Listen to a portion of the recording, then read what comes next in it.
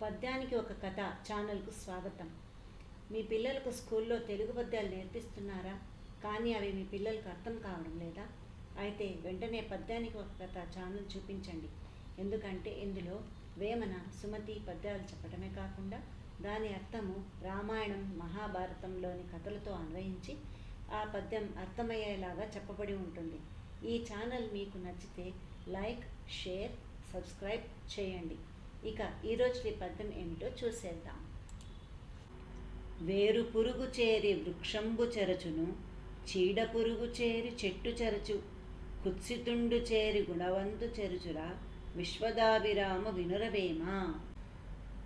ఇది వేమన పద్యం. వేరు పురుగు అంటే చెట్ల వేర్లకు పట్టే పురుగు. ఈ పురుగు చెట్ల వేర్లను బలహీనం చేసి ఖనిజాలు చెట్టుకి అందక చెట్టు చనిపోతుంది. చెదపురుగు అంటే చెట్ల బెరడుకు పట్టే పురుగు.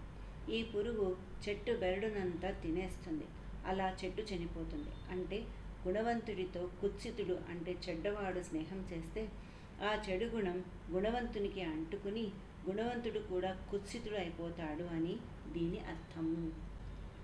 ఇది అర్థం కావడానికి మహాభారతంలోని దుర్యోధనుడు కర్ణుని స్నేహం గురించి చెప్పుకోవాలి. దుర్యోధనుడు కుత్సితుడు. అతనికి ఈర్ష్య, ద్వేషం, పగ, అసూయ, దురహంకారం వంటి అవలక్షణాలు ఉన్నాయి. పెద్దలన్నా, గురువులన్నా, తల్లిదండ్రులన్నా గౌరవం లేదు. కానీ కర్ణుడు స్వతహాగా మంచివాడు. పెద్దలన్నా, గురువులన్నా, తల్లిదండ్రులన్నా మంచి గౌరవం కలవాడు. తన జీవితంలో ఎన్నో అవమానాలు, తిరస్కారాలు జరిగినా ఎవరి మీద ఈర్ష్య, ద్వేషం, పగ, అసూయలు పెంచుకోలేదు. ఇతను కుంతికి పుట్టినవాడే అయినా కుంతికి ఇంకా వివాహం కానందున కర్ణుడిని నదిలో వదిలేసింది. అప్పుడు రాధ, అతిరథ అనే సూతజాతి దంపతులు, అంటే రథం నడిపేవారన్నమాట, వారికి దొరుకుతాడు. రాధ, అతిరథులకు పిల్లలు లేనందున వారు కర్ణుడిని అల్లారుముద్దుగా పెంచుకుంటారు. సర్వ విద్యలు, అస్త్రశస్త్ర విద్యలు అన్నీ నేర్పిస్తారు. మహావీరుడిగా తయారు చేస్తారు. విద్య అంతా పూర్తయిన తర్వాత ఒకరోజు కౌరవులకు, పాండవులకు పోటీ జరుగుతుంది. అప్పుడు కర్ణుడు కూడా పోటీ చేయాలని వస్తాడు. కానీ అతను సూతుపుత్రుడని, క్షత్రియుడు కాదు అని, అంటే రాజు కాదు అని అతనిని పోటీ చెయ్యనివ్వరు. అప్పుడు దుర్యోధనుడు కర్ణుడే అర్జునునికి సమఉజ్జి అని గ్రహించి కర్ణుడిని అంగరాజ్యానికి రాజును చేస్తాడు. అప్పటి నుండి కర్ణుడు కూడా క్షత్రియునిగానే పరిగణింపబడ్డాడు. ఇంత సహాయం చేసిన దుర్యోధనుడు కర్ణుడికి ప్రాణమిత్రుడైనాడు. అప్పటి నుండి దుర్యోధనుడు చేసే ప్రతి మంచి పనికి, చెడ్డ పనికి కర్ణుడు సహాయంగా నిలిచాడు.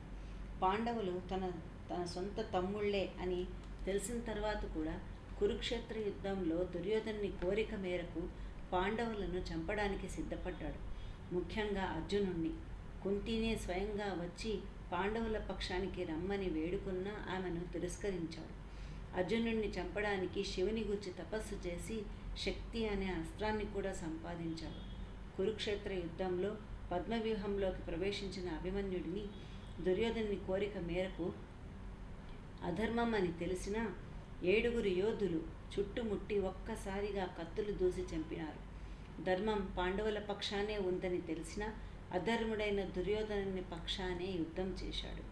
ఈ విధంగా కర్ణుడు ఎంత మంచివాడైనా అందరి దృష్టిలో కుత్సితుడై నాశనమైపోయాడు. అందుకే మంచివారితోనే స్నేహం చేయాలి. ఒకవేళ స్నేహం చేసిన తర్వాత వారి చెడు గుణం గురించి తెలిస్తే వెంటనే ఆ స్నేహం మానివేయాలి. జై తెలుగు తల్లి.